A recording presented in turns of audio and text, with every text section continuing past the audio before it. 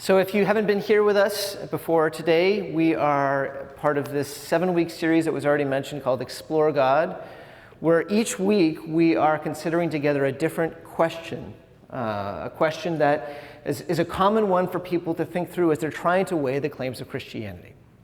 And this week, the question is Christianity too narrow? So if you know at all the Gospel of John, you know that there's this one point where Jesus says, I am the way and the truth and the life, and no one comes to the Father except through me. And when he's saying that, he's saying there is only one pathway to God, and it's in me. Now, you can contrast that with, I think, the increasingly common understanding of ways to God today. If you are part of one of our Explore God discussion groups, you'll know that at the very beginning, there's a video that we see that's usually about 2 or 3 minutes of kind of interviews of people kind of on the street expressing their opinions. And related to this, these were some of the things that people said. One person said, it's ignorant to say that Christianity is the only right religion. I don't know what the right religion is. Now each person has their own pathway to God. A third, my view on anyone who claims to have a monopoly on truth is that there is no one truth about anything. I think a lot of religions say the same thing in different ways. Now, this isn't just kind of an unusual group of people who are saying this. According to a study that was about actually a decade ago, so it's probably even more this way since then, nearly 1/2 of people in America believe it doesn't matter which religion you follow because they all teach the same basic lesson. So you feel the tension, I hope. I am the way, the truth, and the life. No one comes to the Father except through me. There are many pathways to God. Isn't this statement, isn't Christianity too narrow? Perhaps you identify with that question. And I want to say, I think that question flows from shall we say, a virtuous desire and instinct. A desire not to be arrogant. We've all probably experienced people who are obnoxious about being right, who seem so certain about what they believe and look down on everyone else, and we don't want to be that person. What's more, perhaps some of you, like me, have had an experience where you've befriended someone and you admire them, and they are people of integrity and kindness, and yet their religious views are dramatically different from yours. And to say that they are wrong and you are right, it feels almost like you're saying that you are better than them, and you know that isn't true. Or perhaps you, like me, have thought about this fact that if you were to have grown up in the situation that your friend has grown up, that friend who maybe believes differently, maybe it's Muslim or maybe it's something else, if you grew up in that family, it's quite likely that you would believe what they believe. Right? Generally, people who grow up in Christian homes become Christians. People who grow up in Muslim homes become Muslim. So if that's the case, who are we to say that we are right and they're wrong? Who are we to say that we have a monopoly on the truth? See, it's a desire to recognize our limitations and awareness that deeply virtuous people can disagree. And if you can have totally different opinions and yet be a deeply virtuous person, then maybe it's better to say there are multiple pathways. Maybe it's better to say there are multiple truths. There's more than one right way. Now, while I really do believe this comes from a good desire, I want to suggest that conclusion actually doesn't work. That it doesn't actually bring us to that humility and freedom from arrogance that we're pursuing. So I was reading a book. Tim Keller, who's a pastor in Manhattan, was talking about a time where he was part of a kind of group dialogue, a panel for a college. And he and a Muslim imam and a Jewish rabbi were all kind of in dialogue with each other. And the conversation between the three of them as they were exploring their different understandings of God were cordial and respectful, and also they came to certain agreements. They agreed that they had significant and irreconcilable differences with each other. For example, they all agreed with the statement that if the Christian view of Jesus is right and Jesus is God, then Jews and Muslims are deficient in the way they are loving God. And likewise, if the Christian view of Jesus is wrong, then the Christian view of God is deficient in the way that they love God. So what was interesting was the response to this dialogue, where all three of these different religious leaders were in agreement about these. In reaction, the students who were watching, were very upset. They believed that this was a deeply intolerant conversation. Like, to say that one religion might be right and the other ones might be wrong is to say that there's a monopoly on the truth. And who are we to say that we have a monopoly on the truth? Isn't it enough, they say, to just believe in God and seek to love other people? So, I hope you see an irony in this moment. When these students are saying it is wrong, it is intolerant to say that your beliefs are right and others are wrong, they are in that very moment saying all three of those religious leaders are mistaken, right? To say that really it doesn't matter a lot of what you believe, as long as you generally have a belief in God and as long as you generally love people, that's all that matters. They are saying the traditional religions, Christianity, Islam, Judaism, all of which claim it does matter, all of them are mistaken. Now, maybe you share the viewpoint of these students, but at least, hopefully, you recognize that it is a viewpoint. It is a claim, and that means no matter what, someone has to be wrong. Right? That follows that someone has to be. It's not intolerant to say the people that you disagree with are wrong and you're right. If you don't believe you're right, then why do you believe that position anyway? Everyone has a certain belief, and that belief means that they believe other people are wrong. And it doesn't even matter the fact that it might be the belief that was formed in you as you grew up and that you sincerely hold it. Consider this. Say you were born and raised in the South in the 19th century, and you were born and raised in a family that had slaves. And you were taught to be virtuous, to be a gentleman, or to be someone who's, a virtuous woman, and yet at the same time you were taught that slavery is just a normal part of life, something that is appropriate. Imagine someone comes to you from the abolitionist movement, maybe someone from England, and they come and say, what you're doing is just wrong. Slavery is wrong. It is wrong to say a certain race should be enslaved, and you come back, say, hey, that's your opinion, and I have my opinion. And really, honestly, it's because we both grew up in different contexts. I grew up in the South, so this is what I believe. You grew up in England, this is what you believe. We all have a right to our own truth.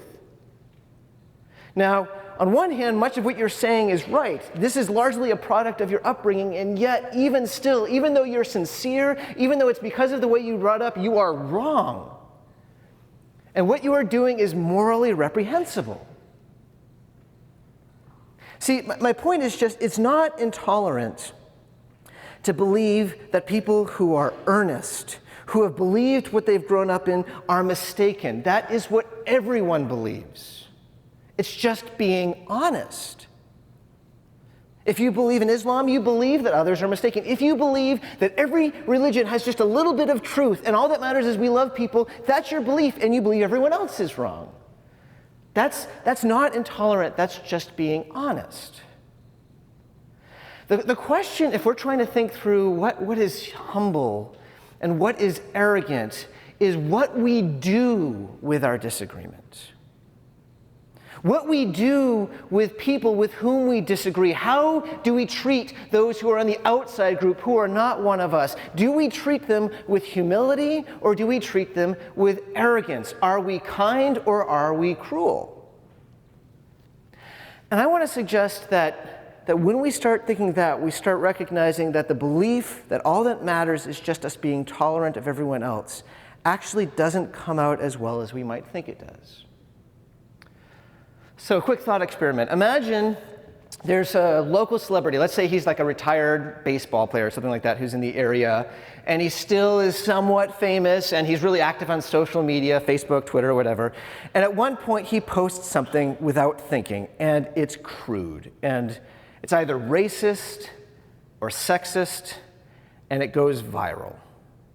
I mean, everyone's retweeting it, everyone starts commenting on it, people start calling him out, because of course when someone says something bad, if you don't call them out, that means you agree with them. So everyone is piling on this guy. What happens to him in that moment? What happens if he even apologizes, says, I was wrong? Does he suddenly get welcomed back and say, we understand there are differences? No. In this culture where tolerance is everything, if you show that you have some degree of intolerance, you are out. You are shunned. You are destroyed. Is that tolerance? I mean, we know that's what happens because we see it, right? We see it with politicians. We see it with celebrities. We see it with high school, Catholic school kids. Now, to be honest, we know if we look at the church that there are times that the church has not done much better. There are times, whether it's at a political level or personally, that we have seen an arrogance and a cruelty within the church towards those with whom they disagree. But I want to ask you to consider the possibility that that is because people misunderstand the gospel. And that true Christianity, the true Christianity of what the Bible teaches, is actually a humble and extraordinarily welcoming to all set of beliefs. And we see that in the passage that was just read. So we're looking at a chapter of Acts, a section of Acts, where the writer Luke is trying to outline the story of how the church grows from Jerusalem throughout the world. And what we have here in this chapter is this unusual man that we never see him again. It's just in this brief moment that we learn about him. And we learn a number of important details about him, right? We learn that he's black. He's from Ethiopia, more than 1,000 miles away. We learn he's devout, right? I mean, he has traveled 1,000 miles on a chariot. That's a many-month travel to get to the temple in Jerusalem to worship God. That's devout. We learn that he's important. I mean, to have a chariot already shows that. To have a scroll of Isaiah, which he has, shows that. But also we're told that he is the treasurer of the Queen of Ethiopia, the Secretary of Treasury. This is a very important person, very powerful. And yet, along with all these things, we know one other thing about him, and that is he is an outcast. We're told he's a eunuch.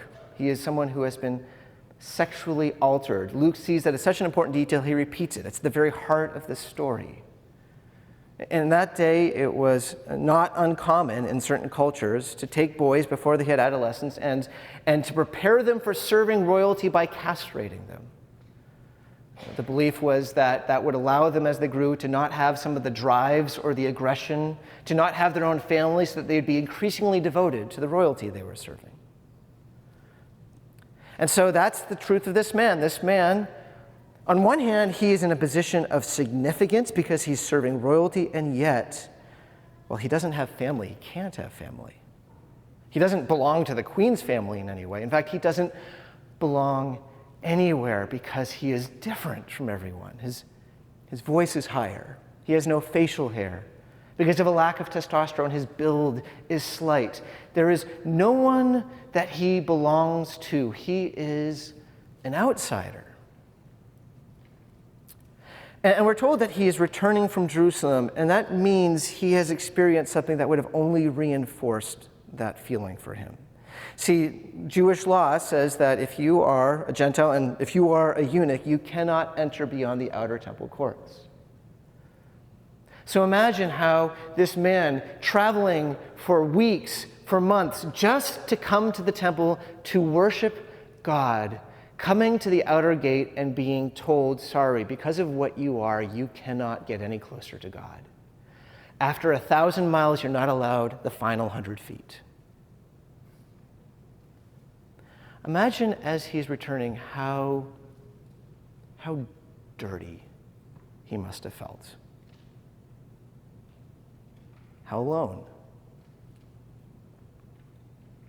But he's not alone. Because we're told even as he is departing, at the very same time, God is sending Philip, one of the great leaders of the early church, saying through an angel, go to this desert road in Gaza. Now there is nothing there. Philip was probably confused. Why? This doesn't seem like a strategic spot. There is one thing there. There is that man. And so as Philip is walking down and this chariot suddenly goes by him and he sees this Ethiopian man riding it, and he suddenly kind of gets this nudge from God saying, go up and join with him in the chariot. Which, let me just say, is kind of this awkward command that God is giving. Because, of course, first Philip was going to have to run to catch up, and running was something you just kind of didn't do in that day if you were an adult. But even more, imagine the scene. So you have the Ethiopian, and in that day, if you read, it was always reading out loud. That was just the way it was done. And he's reading out loud from the scroll of Isaiah, and suddenly he looks down and he sees this guy.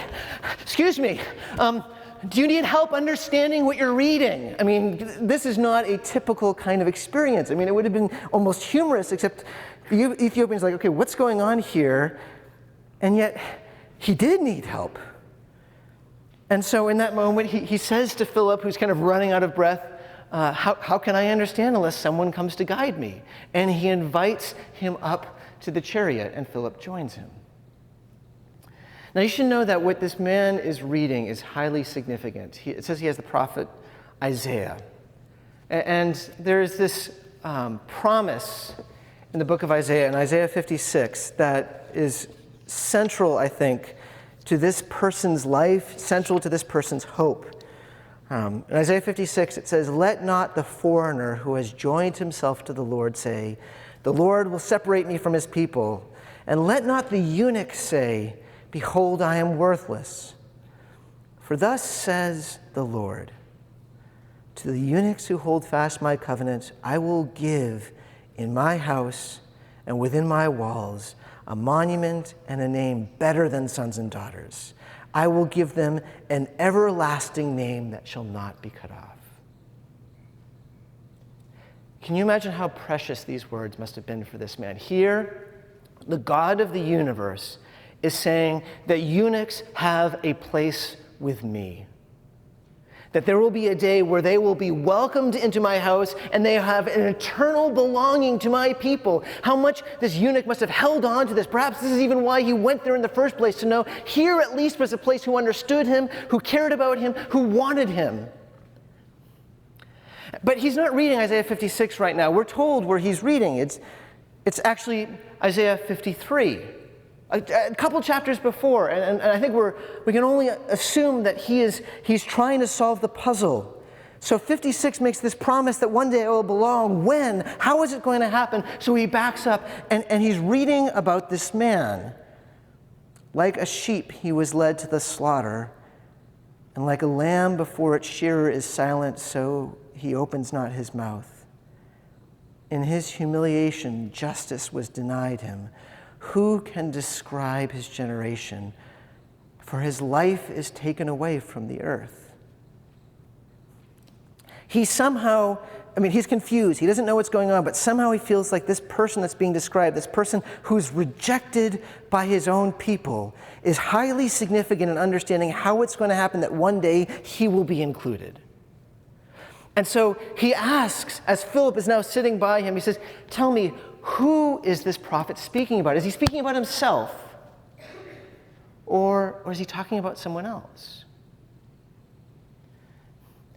And so Philip, being given like the perfect opening, answers his question by telling him about Jesus.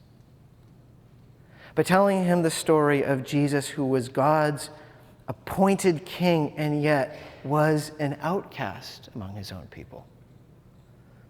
The story of how Jesus was rejected, was despised, was crucified by his own people, and yet God the Father raised him up.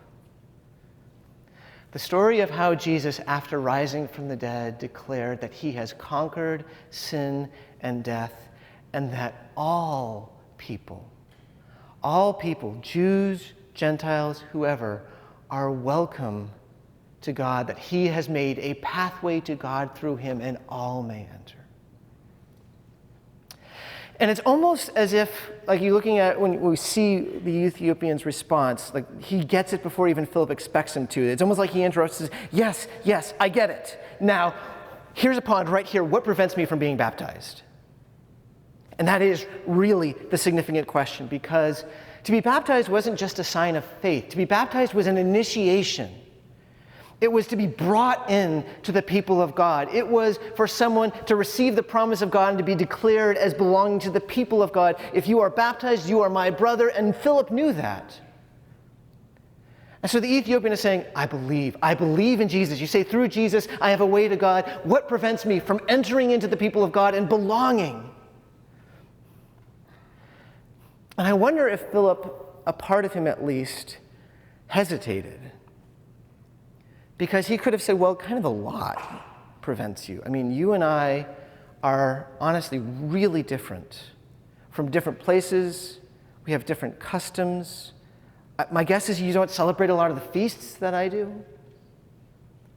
Or if he was really honest, he could have said, and honestly, your difference, there's some things about you that just makes me uncomfortable. But that's not what Philip says, and it's because he knows that's not what Jesus would have said. That Jesus, because Jesus died to welcome all, Jesus would have said, nothing prevents you from coming to me. Believe and be baptized. And so you have this beautiful scene when you understand it. Two very different men, a local, fiery Jewish preacher, and a foreign, black, important, effeminate Ethiopian, going down into the water together, with the former baptizing the latter, and both of them coming up as brothers. And for the first time in his life, this man belongs. It's interesting to me that Luke includes this story because, as I said, this book of Acts is really meant to chart like the major events of how the church grows and expands. And this moment is not historically significant. We don't see large groups of people being changed. It's just about one man. But to Luke, this is significant because it shows us the kind of God that our God is. He's the kind of God who sends one of his best preachers to the middle of nowhere to find one outcast man and bring him home. More to the point, he's the kind of God who actually gives his own Son into this world, who suffers and dies so that no one anymore would be excluded, but all would be welcome through him. See, what makes the Christian gospel so extraordinary, so different from any of the other religions I understand, is that no one is disqualified from coming to God through Jesus. No one. Because it's not ultimately about who we are and about our qualifications, it's about Jesus. It's never about if we're good enough, it's the fact that Jesus already is good enough for us. It's never about what we deserve, the punishment that we deserve to happen to us, because Jesus has already endured the punishment that we deserve on our behalf. Jesus is what it's all about, which means everyone is welcome. I mentioned earlier that I realize that sometimes our church, we as a church, Christians throughout the world, are our own worst enemies because we still are people who have all sorts of mess, and sometimes we don't recognize this and we show our arrogance. But I want you to consider something else on the other side of this equation. So most of the world religions are very specifically located in a particular culture.